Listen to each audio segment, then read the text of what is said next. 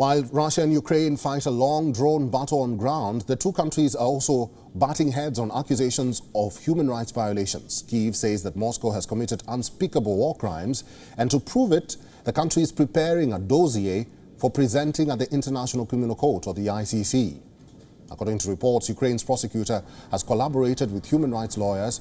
They are compiling a dossier detailing Russia's war crimes, especially weaponization of food.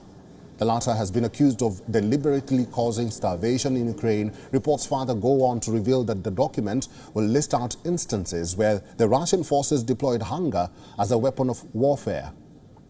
The dossier will detail 3 phases of induced starvation in Ukraine. Phase 1 will reveal how food supplies were cut off to the city of Mariupol when Russia invaded Ukraine. Russia also allegedly blocked or even bombed humanitarian relief corridors, making it impossible for starving Ukrainians to escape.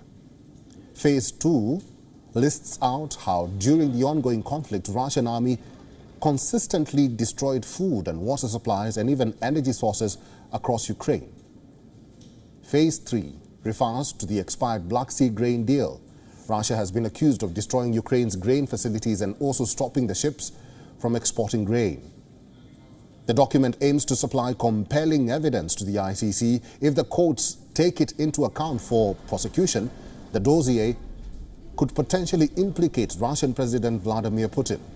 This is after the ICC already issued an arrest warrant against Putin in March.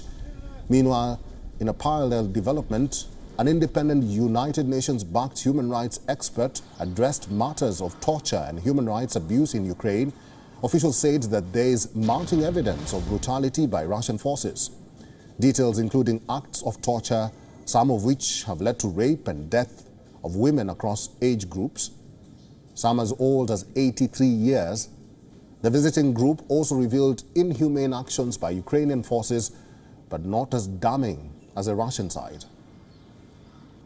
There are a lot of different kind of violations that we have seen on the Russian side.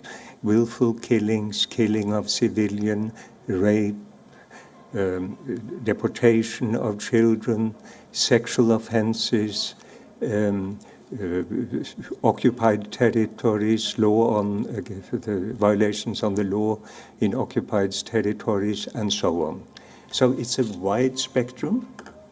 And it's a large number within these spectrums. Then we are also mentioning in our report that we have found a few examples on the Ukrainian side, but they relate partly to certain indiscriminate attacks, some instances, a few, and a couple of instances where there was, based on available evidence, ill treatment of persons, Russians, that were in Ukrainian captivity. That's the difference.